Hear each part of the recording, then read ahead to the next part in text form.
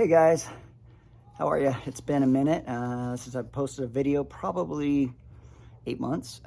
The school year kicked in and phenomenal students this year, amazing students, wonderful, wonderful school year. Just got home every day and I was exhausted. Had to put some things on the back burner and got some extra parts. And then my garage, which is a 2-car garage, is now kind of a 1-car garage and was less than that. I had to make some adjustments, and so I had to make some new storage stuff. And in doing that, I was able to, over there, had all the automotive stuff in the garage and then put everything else in another spot. So that's organized, but the garage is still pretty packed. We did get a 2-post lift for the garage that I still have to install. So thought I'd give you guys a rundown on my summer plans. I'm going to be working on Rusty, going to make him a roller. So I'll put his whole face and the front grill and everything back together. I've got the Ride Check 4-link in the back. So I've got to weld that all in, or at least get that put together so he can drive, or not drive, but roll in and out of the garage. And I'll put him over into the carport and then bring Smokey over, put Smokey's body back on the chassis so I can start doing all the work I need to do once I've got everything together. So that's that. And then what I'll be working on right now is my dad's inch. He's got a 327, an old 327. I'm going to show you guys, kind of give you guys a rundown on that right now. So here's the 327 from my dad, so what happened was one of my neighbors passed away quite some time ago, and he was a hot rodder, and his wife, I was helping his wife do some stuff, and she gave me this engine. And I was looking at the numbers on it, and it was covered up, but still it was out in the elements, even though it was covered up, so it got rusty. And I was looking at these numbers here and realized it was a 327. These numbers, I thought, hey, there's a possibility that it could be a DZ302, because that's the right numbers for 68 DZ302, but it didn't have the aluminum manifold on it. It did have double hump heads on it though, so it's a large journal 327. I don't know as much as a lot of you guys, I am sure, who are small block Chevy guys who really know stuff. So, but what I am going to do is I'm going to take it's pretty nasty. The oil is pretty disgusting. So I'm going to drop the oil pan today and get under there and see if I see windage trays. And if the windage tray is in there and the baffling, then there's a possibility it could be. I'd have to take the crankshaft out, I guess, at that point, and then see what the crankshaft is. But I'm not anticipating it being a DZ302. I think it's just a large journal 327 from 1968. But either way, my dad really wanted in his 55 Chevy when he was a kid, which is kind of what we're building his car for as a tribute of the car he wanted. He had a 55 150, and he had a straight 6 in it, but in the window it said, was it Corvette 327, high performance Corvette 327 in it. And so we'd like to, if this engine is savable, we'd like to put this into it. That's the goal. All the cylinders seem to be fine except for one of them. One of them's pretty gummed up, so I can't get it to budge or anything. So we'll just have to see. Maybe we can sleeve it and save the engine. I'm hoping so.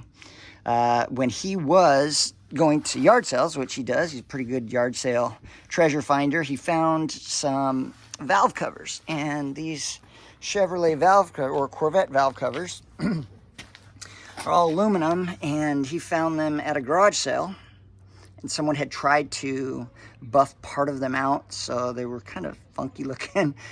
So what I did, and even though we're not trying to go back to original, make it look like an original Corvette engine, I put these in the blasting cabinet and then use some VHT wrinkle paint. And some things I learned about the wrinkle paint is you have to get it on thick, not so thick that that's going to run on you, but you have to get it on thick, and then you have, do a dust coat, and then, you put on thicker coats after that. I also use the heat gun for certain areas, but I think it turned out pretty good. I like it. I like the way that the wrinkle paint turned out. I've got probably about 8 or 9 coats on these, so I'm hoping it won't chip. I'm hoping everything will stay together. I am going to go back over and I will brush off the top of the aluminum fins and where it says Corvette. So these valve covers will go on this engine that we have over here. This engine's kind of interesting because you can see it's Hugger orange here, right? And there doesn't seem to be a paint under that Hugger orange yet. I get on the block down here and it's blue. So I don't know. Some of you small block Chevy guys might understand what that means. I don't know. It's kind of odd, but anyway, just little quirks. It is nasty though. Oh my gosh. I think they raced it, and then I think they might have had a head gasket go out or something on it, and then they just set it over on the side of the yard, and that was just kind of where it sat. But like I said, it did have double hump heads on it. It had a 4-barrel on it. I don't remember if it was a Holly or what kind of carburetor. I took it off. It was pretty ratted out. Got rid of it. I probably shouldn't have got rid of the heads, but they were boat anchors, and I know he's going to want aluminum heads on it anyway, so I took those off. So anyway, that's what I'll be doing today, is tearing this down, and I'll let you guys see it as I get through the process. Hey, wow, this is the first time I've seen my face. This is the nastiest engine I have ever worked on in my entire life. Oh my gosh, this thing, there you go. Well, yeah. All right, well, let me flip the camera around and give you guys a little heads up on what's going on with this beastie. So here we go. No, not a DZ302. It's just a 68 327. Yeah, all the journals, everything. We're not saving anything. I just want to see if the block can be saved. Look at this. That's interesting. That is not because of me. One of the main bolts broken off. It actually jiggles, so I think I'm going to be able to get it out, but I don't know where the top of that bolt is. I don't know if it's somewhere in the engine or if they fished it out a long time ago, but yeah, this has been a 2-day thing trying to tear this engine apart and get everything out and what needs to go where and all that good stuff. I'll show you guys the pistons there. I ended up having to break some of them to get them out. Still have one that's stuck in there, but these are the pistons. And you can see I broke that top right there when it landed on the ground. So there they go. I don't know enough about, I don't know what the compression was or how the reliefs in the piston help the compression for this particular engine. I don't know anything about this engine at all, other than the casting numbers that I was able to check, and I was able to find the numbers on the plate for it, so on the dock plate. So yeah, it's interesting. I still have one, like I said, this is the one cylinder that I was talking about that's frozen, that I'm hoping that's the one. Everything else looks reasonable. I mean, I don't see any major grooves in it. There's some definite leftovers from the years that are in there, but this guy right here, we're just gonna have to see if this is savable. I'm hoping so, but there's the numbers that I was able to find right there on it, which is pretty cool. Oh my gosh, it's a greasy, and this grease is like decades old grease. Nasty, nasty stuff. Anywho, I'm gonna flip this guy over here and show you guys what that one cylinder looks like. All right, so this is the cylinder in question.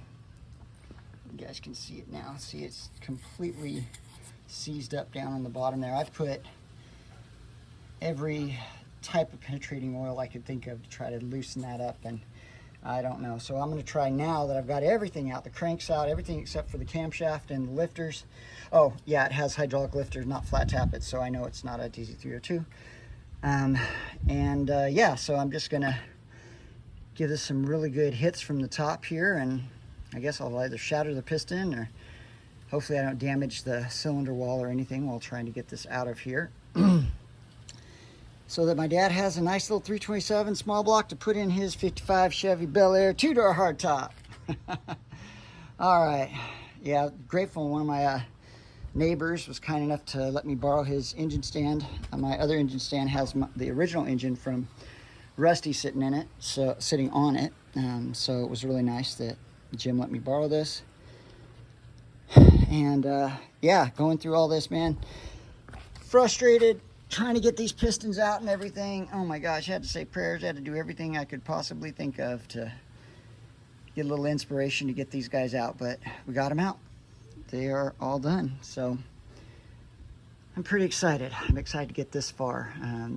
I'll clean out this inside of the cylinders, and once I get this one out and kind of see what we're looking at, and hopefully take this to the local engine shop and see what they can do. All right, well, hopefully on this next video that you guys see, I will have this piston out. I'll let you know as we move along. Guys, we won. Look at that. I did it without hitting the side of the cylinder wall, although the cylinder wall has a lot of rust and other things because it was sitting in the backyard, even though it was covered. Oh my gosh, it came out. Wow, guys, look at that. I beat the crud out of it from the backside. I hit it from the top side, but I didn't hit the cylinder wall. I got it moving back. Wow, look at that. You guys see that? Look at how that was just seared in. I hope this engine is savable. Oh my gosh, the rings don't even move. They're just completely solid. All the bearings are out. Only thing I have left, well, no, I've got these bearings right here I haven't taken out, is the cam and the lifters. So, and the lifters I'm gonna have to actually knock out because I tried pulling them out. I tried using the magnet. I tried everything I possibly could. Couldn't get them out, so I'm gonna try to knock them this way, knock them out. Or try not, not pry against the cylinder wall, but I'm gonna try to push against them there and see what we can do. I'm just happy, guys, we got that out. It's a block. I'm so happy. All right, let's take care of this. Okay, so lifters are out. Sorry, brain fart. Lifters are out. Cam's still in there. Cam bearings. Can't pull the cam out past the cam bearings. I'll probably just have them do that at the machine shop. What else? Yeah, that's it, guys. It's a block. I'm ecstatically happy. It looks kind of funky, but I'll flip it over in just a second and show you guys what it looks like, so you can see if you think it's salvageable just by looking at it. And we'll go from there. There's two cylinders that are a little rough. This one right here was the one that had the seized piston in it, and then this one over here. But the other ones don't seem to have any scoring in them. Yeah, looks like they're okay. I don't know, 327s, were they supposed to be that thin? I don't know. I'll leave it up to you guys to let me know, you small block people. I wish I knew more about them, but should have taken auto shop classes in high school. I wish we still had auto shop classes in high school. Anyway, so there we go, guys.